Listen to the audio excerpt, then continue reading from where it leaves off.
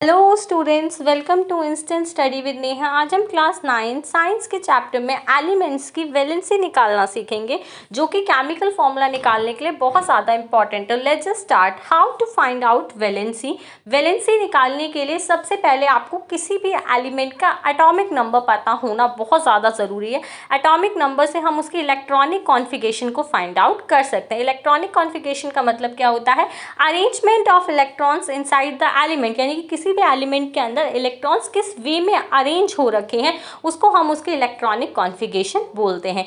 जैसे आपको पता है, किसी भी एटम के न्यूक्लियस के अंदर प्रोटॉन एंड न्यूट्रॉन दोनों प्रेजेंट होते हैं।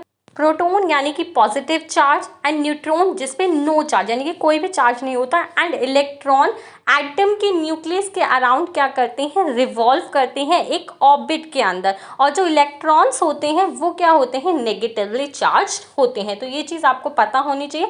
एटम के न्यूक्लियस में प्रोटॉन एंड न्यूट्रॉन पाए जाते हैं एंड इलेक्ट्रॉन्स उसके अराउंड क्या करते हैं? रिवॉल्व करते हैं एक ऑर्बिट में। तो 4 ऑर्बिट्स में डिवाइड होते हैं, के, एल, एम एंड एन। ये चारों क्या कहलाती हैं? इसके ऑर्बिट्स क्या हैं? कहलाती हैं। इसी से हम इनकी वैलेंसी क्या करेंगे? फाइंड आउट करेंगे और इलेक्ट्रॉनिक कॉन्फिगरेशन क्या है? बनाएंगे। जैसे आपको पता है, maximum number of electrons accommodate in respective shells. हम कैसे पता लगाएंगे कि इन शेल्स के अंदर कितने इलेक्ट्रॉन्स रिवॉल्व करते हैं, कितने अकोमोडेट हो सकते हैं?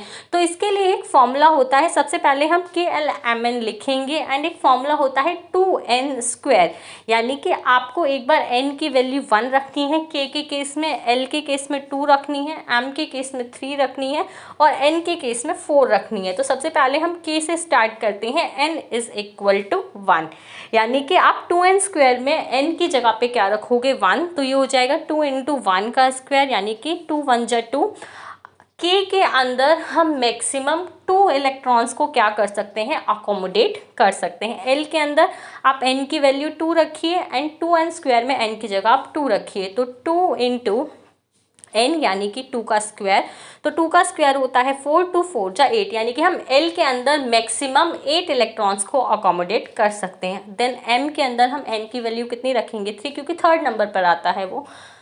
तो 2 × 3 का स्क्वायर। 3 का स्क्वायर आपको पता है बच्चे कितना होता है? 9। 2 9 जा कितना हो जाएगा? 18, यानी कि m के अंदर मैक्सिमम 18 इलेक्ट्रॉन्स आ सकते हैं। n के अंदर 4, तो यानी कि 2 × 4 का स्क्वायर। तो आप लिखिए 2 × n की जगह आप 4 रखिए, 4 का स्क्वायर, यानी कि 2 × 16 = 32। तो मैक्सिमम n के अंदर 32 इलेक्ट्रॉन्स अकोमोडेट हो सकते हैं। तो KLMN के अंदर यह इलेक्ट्रॉन्स को हम फिल कर देंगे। अब हम सबसे पहले देखते हैं कि हम वैलेंसी कैसे निकालेंगे। तो सबसे पहले हम हाइड्रोजन की देख। हाइड्रोजन का एटॉमिक नंबर 1 होता है और हाइड्रोजन का सिंबल क्या होता है? H होता है। तो अब हम इसकी इलेक्ट्रॉनिक कॉन्फिगरेशन को फाइंड आउट करेंगे, यानी कि KL। K के अंदर मैक्सिमम 2 इलेक्ट्रॉन्स आ सकते हैं, बट हाइड्रोजन के पास ही तो एक ही प्रेजेंट है, तो हम एक ही क्या है लिख देंगे। वैलेंसी क्या होती है?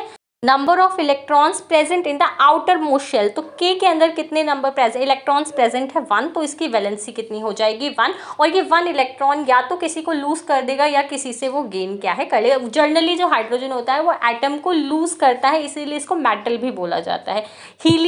हीलियम आपको पता है, हीलियम की एटॉमिक नंबर कितना होता है? 2। तो अगर हम इसको K एंड L के अंदर पुट करेंगे तो K के अंदर मैक्सिमम 2 इलेक्ट्रॉन्स आ सकते हैं और हीलियम के पास 2 ही इलेक्ट्रॉन्स हैं। तो आउटर मोस्ट शेल में हीलियम के पास 0 इलेक्ट्रॉन्स क्या होंगे? प्रेजेंट होंगे। तो जिसकी वजह से इसकी वैलेंसी कितनी हो जाएगी? 0 क्या है हो जाएगी, क्योंकि आपको याद रखना है। 3rd नंबर पे हमारा क्या आता है? ऑक्सीजन आता है। आपको पता है ऑक्सीजन का सिंबल O होता है और हम इसको 8, इसका एटॉमिक नंबर क्या होता है? 8 होता है। KLM में इसको डिवाइड करेंगे। K के अंदर मैक्सिमम 2 इलेक्ट्रॉन्स आ सकते हैं, तो 8 में से 2 जाएगा तो 6 बचेगा। तो L के अंदर कितने इलेक्ट्रॉन्स जाएंगे? 6 क्या है जाएंगे। लेकिन L की जो कैपेसिटी होती है वो 8 इलेक्ट्रॉन्स को फिल करने के लिए होती है। तो इट मीन्स L को ऑक्सीजन को 2 और इलेक्ट्रॉन्स चाहिए जिससे वो अपने आउटर मोस्ट शेल को फिल कर सके। तो इसकी वैलेंसी कितनी होगी? -2, क्योंकि इसको टोटल 8 चाहिए। तो 8 में से 6 जाएगा तो इसकी वैलेंसी हो जाएगी -2। इसके बाद हम दूसरे पर आते हैं, जो कि होता है सोडियम। सोडियम का एटॉमिक नंबर 11 होता है एंड इसका सिंबल Na होता है। KLm में डिस्ट्रीब्यूट करेंगे, K में 2 जा सकते हैं, L में 8 जा सकता है एंड M में कितना बचेगा 1, क्योंकि 2 और 8 10 एंड M में कितना बचेगा 1, तो इसकी वैलेंसी भी कितनी हो जाएगी +1। इसके बाद हम मैग्नीशियम पे आते हैं। मैग्नीशियम का सिंबल Mg होता है, एटॉमिक नंबर 12 होता है। KLm में डिस्ट्रीब्यूट करेंगे, K में 2, L में 8 एंड M में कितना जाएगा 2, तो इसकी वैलेंसी कितनी बचेगी +2, क्योंकि आउटर मोस्ट शेल में 2 इलेक्ट्रॉन्स बचे हैं। क्लोरीन का symbol Cl, atomic number 17, KLm में डिस्ट्रीब्यूट करेंगे तो 287 क्या हो जाएगा, डिस्ट्रीब्यूशन हो जाएगी। और M में आपको पता है मैक्सिमम 8 को अकोमोडेट कर सकते हैं, तो उसके 8 तो वो 7 तो किसी को लूज नहीं करेगा, इससे बेटर वो एक किसी से ले लेगा, तो उसकी वैलेंसी कितनी हो जाएगी -1।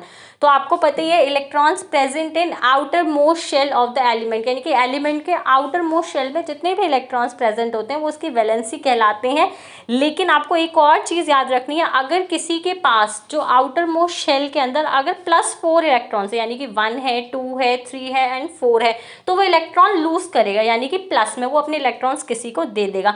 लेकिन अगर 4 के बाद है, यानी कि 5 है, 6 है, 7 है, तो इस केस में वो इलेक्ट्रॉन्स को क्या करेगा, गेन करेगा। यानी कि जैसे क्लोरीन में उसमें 7 थे तो उसने 7 दिए नहीं, उसने 1 किसी से वो लेके अपने आउटर मोस्ट शेल को क्या कर लेगा, फिल क्या है कर लेगा।